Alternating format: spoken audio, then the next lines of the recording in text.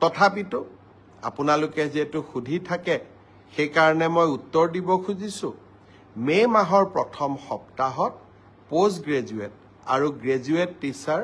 যি ৯,০৭৫টা পদৰ গ্ৰেজুৱেট টিচাৰৰ নিযুক্তি পৰীক্ষা হৈছিল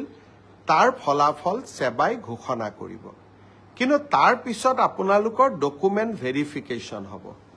আৰু ফাইনেল নিযুক্তি 10 অক্টোবৰত হ'ব আৰু 10 অক্টোবৰলৈ আপোনালোকে ধৈৰ্য ধৰিবই লাগিব কাৰণ আমিও আপোনালোকৰ অকণমান ধৈৰ্যৰ পৰীক্ষা কৰিব খুজিছো ঠিক সেই ধৰণে যিসকল শিক্ষকে মোক সুধি আছে ৫,৫৫০ৰ লিষ্ট কেতিয়া দিব আপোনালোককো মই জনাব খুজিছো যে এপ্ৰিল মাহৰ ভিতৰত আমি আপোনালোকৰ ডকুমেন্ট ভেৰিফিকেশ্যনৰ কাম শেষ কৰিম মে মাহৰ পৰা আপোনালোকৰ প্ৰভিজনেল লিষ্ট ওলাব